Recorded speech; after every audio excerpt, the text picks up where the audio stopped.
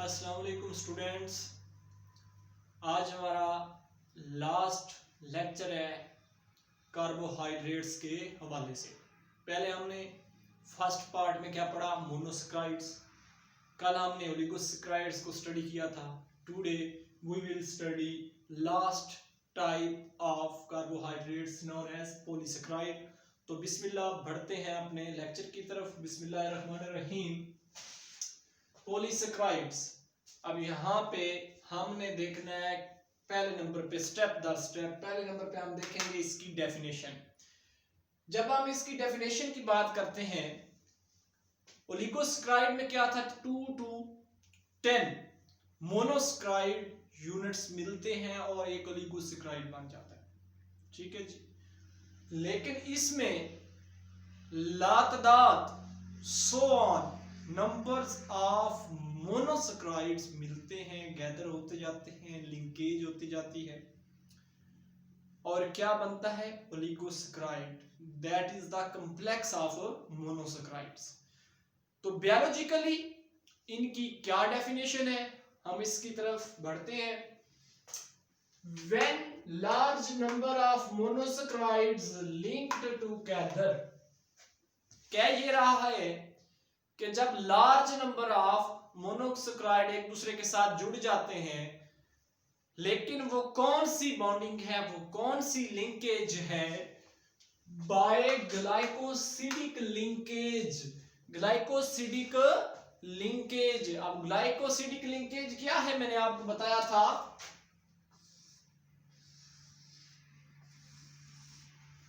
Carbon oxygen की linkage जो है, बॉन्डिंग है, उसे क्या कहते हैं जी, glycosidic linkage and forms polysaccharide. तो ये कंप्लीट और वेल डिफाइंड डेफिनेशन होगी आपकी पॉलीसैकराइड के हवाले से।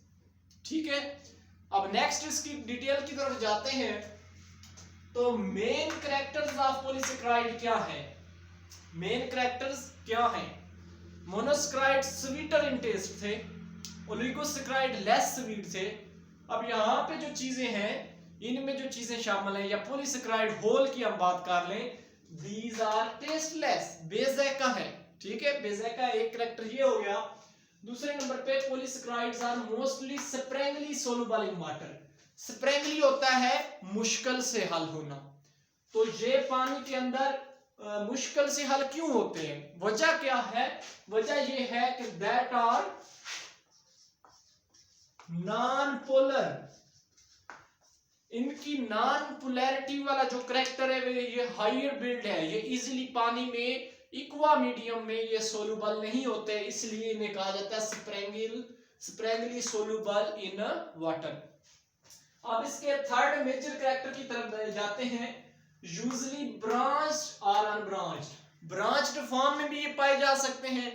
ठीक है, मतलब कार्बन के साथ हाइड्रोजन जुड़ा और फिर से कार्बन या हाइड्रोजन आगे ब्रांचें निकली, तो ये होगी ब्रांच। एंड अनब्रांच, ये सिंपल स्ट्रक्चर है कार्बन की, साथ में हाइड्रोजन ग्रुप अटैच है, तो ये दोनों फॉर्म में मौजूद होते हैं। रिंग वाला खसूसियत इनमें नहीं है। Branched and unbranched two forms में ये पाए जाते हैं। अच्छा, उसके बाद हम पहले जो डेफिनेशन पढ़ चुके हैं, वही इनका फोर्थ कैरेक्टर है, formed by several monosaccharide gatherings. Monosaccharide के मिलने से ये बनते हैं, हम ऑलरेडी पढ़ चुके हैं। फिफ्थ कैरेक्टर क्या है, हैविंग हाई मॉलिक्यूलर वेट। तो ये कैरेक्टर आप देखें, हम इनमें से आपको मैं एग्जांपल दूं, मोस्ट कॉमन जो लिगोसैकराइड्स हैं, फैट्स, स्टार्च, सेलुलोज, इनका वेटेज बहुत ज्यादा है और ये पानी को रिपेल करते हैं, वाटर रिपेलेंट है। ठीक है, इनकी बॉन्डिंग जो है ये वाटर रिपेलेंट है और बहुत कॉम्प्लेक्स अरेंजमेंट है। These are high molecular weightage. ठीक है, इनका हाई मॉलिक्यूलर वेट होता है। इनके मॉलिक्यूल्स कौन से हैं, मैक्रो किस्म के मॉलिक्यूल्स हैं, माइक्रो नहीं है, मैक्रो किस्म के मॉलिक्यूल्स हैं। अच्छा जी, ये इनके कैरेक्टर्स हो गए। अब आते हैं इनका जो थर्ड स्टेप है, वो है हमारे पास एग्जांपल्स। इनकी एग्जांपल्स में आपको डिटेल से आप समझाने लगा हूं, तो इधर गौर कीजिएगा। पहले नंबर पे है स्टार्च, कॉमन टाइप ऑफ ओलिगोसैकराइड। इसके आप कैरेक्टर देखते हैं। स्टार्च किन किन चीजों में पाया जाता है, फाउंड इन फ्रूट्स, फलों में ग्रेन्स, दालों में सीड्स, बीजू में, एंड ट्यूबर्स, ट्यूबर्स में शक्करकंदी कह लें, स्वीट पोटैटो,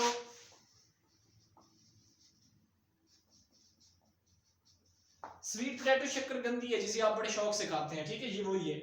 अच्छा, इसकी फिर आगे ये इसके कैरेक्टर्स हो गए। इसकी आगे स्टार्च की दो मेन टाइप्स हैं। पहली जो टाइप है वो है अमाइलोज। अमाइलोज की हम किस तरह से शनाख्त कर सकते हैं, ये अनब्रांच्ड चेन ऑफ ग्लूकोज होती है और हॉट वाटर में, गर्म पानी में ये सोलुबल हो जाती है, ठीक है, ये इनकी खासियत है, क्योंकि अनब्रांच्ड है और टूट जाते हैं और ब्रेक हो जाते हैं और फिर एंड पे हाइड्रोलाइज हो जाते हैं हॉट वाटर में। शर्त क्या है, हॉट वाटर। सेकंड जो इनकी टाइप है वो है अमाइलोपेक्टिन। ये अमाइलोज से बिल्कुल उल्ट है इनकी स्ट्रक्चर।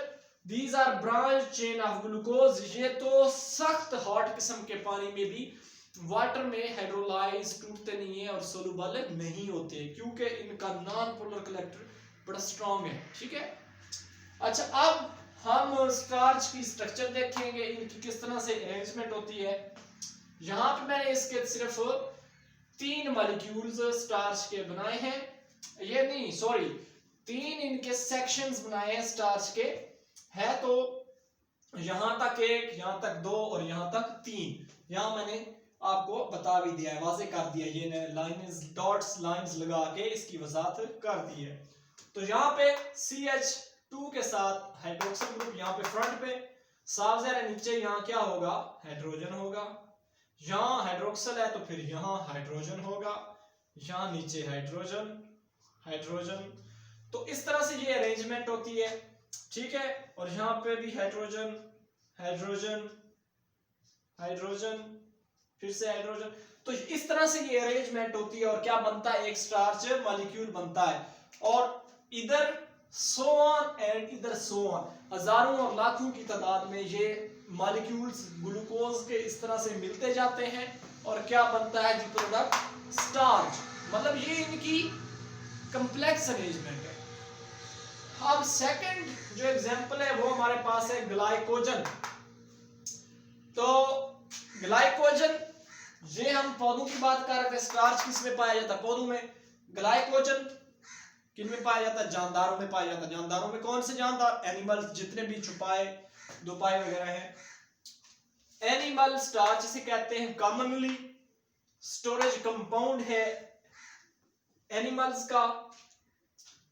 सेकंड नंबर पे found in liver and muscles, muscles में एंड लिवर, ठीक है, आपके जिगर में ये खास तौर पर पाया जाता है। इनसॉल्युबल इन वाटर, वाटर में हल नहीं होता है। Gives red colour with iodine, जब इसको आयोडीन के साथ टेस्ट करवाया जाता है तो ये रेड कलर देता है, ये इसकी खासियत है। अच्छा, डिफरेंशिएशन लास्ट पे जो 5th पॉइंट है, ग्लूकोज ऑन हाइड्रोलाइसिस। और जब ये पानी में हल हो जाता है, पानी के साथ इक्वा मीडियम के साथ जब ये टूटता है तो क्या रिलीज करता है जी, ग्लूकोज, ग्लूकोज को रिलीज करता है, ठीक है। ये आपकी 2 होगी एग्जांपल्स। अब यहाँ पे थर्ड एग्जांपल है major, that is known as cellulose. Cellulose क्या है जी, अबंडेंट कार्बोहाइड्रेट इन नेचर है। मतलब अबंडेंट से क्या हुआ, मोस्ट अबंडेंट है, most abundant carbohydrate in nature. कुदरत की तरफ से ये बहुत ज्यादा वसी मिकदार में ये दुनिया में पाया जाता है सेलुलोज।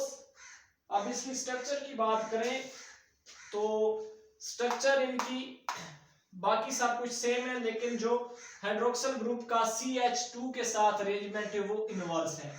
अब यहाँ पे देखें, first CH2 and hydroxyl group नीचे की तरफ मौजूद है और ऑक्सीजन का जो 1 ऑक्सीजन है, ऑक्सीजन नंबर 1 वो नीचे मौजूद है, बाकी चीजें हाइड्रोक्सिल ग्रुप ऊपर की तरफ अरेंज है। अब सेकंड स्टेप में क्या हुआ, CH2 एंड हाइड्रोक्सिल ग्रुप साथ में, ऑक्सीजन नंबर 2 ऊपर की तरफ आ गए और बाकी नीचे की तरफ। और तीसरे में फिर ये काम उल्ट हो गया, CH2 एंड हाइड्रोक्सिल ग्रुप नीचे की तरफ आ गए हैं।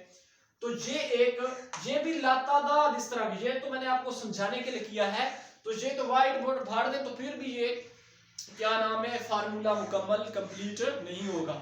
तो ये एक सिंपल सेलुलोज की मैंने स्ट्रक्चर आपको समझाने के लिए यहाँ पे बनाई है। अब इसकी थोड़ी सी वजाहत करते हैं। Cotton is pure form of cellulose. कपास की एग्जांपल ले लें तो ये एक प्योर फॉर्म ऑफ सेलुलोज है, ठीक है। अच्छा जी, major part of the cell wall of plants की जो सेल वॉल, ये भी पौधों में पाया जाता है, एनिमल में सिर्फ और सिर्फ ग्लाइकोजन। अच्छा, पौधों की जो सेल वॉल है इसको ऐसे समझ लें, ये बिल्ड करते हैं, मेजर पार्ट बनाते हैं। हाईली इनसोल्युबल इन वाटर, यहाँ पे कंफ्यूज होने वाली बात ही नहीं है, ये किसी किस्म की कंडीशन में पानी में हल हो ही नहीं सकते, ठीक है। हाईली इनसोल्युबल इन वाटर, इससे ये हमें मतलब मिल रहा है कि पानी में इनसोल्युबल होना ही नहीं है किसी कंडीशन में।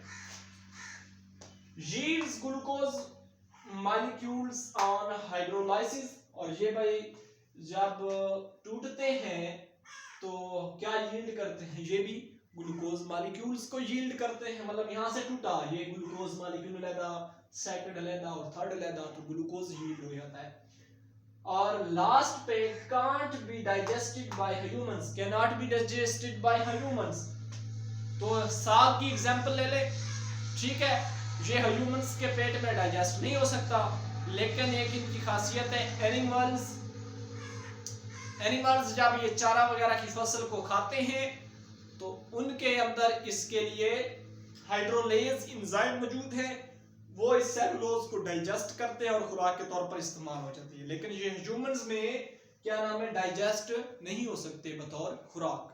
तो ये आज का आपका कार्बोहाइड्रेट्स का लेक्चर नंबर 3 कंप्लीट हुआ। नेक्स्ट मिलेंगे।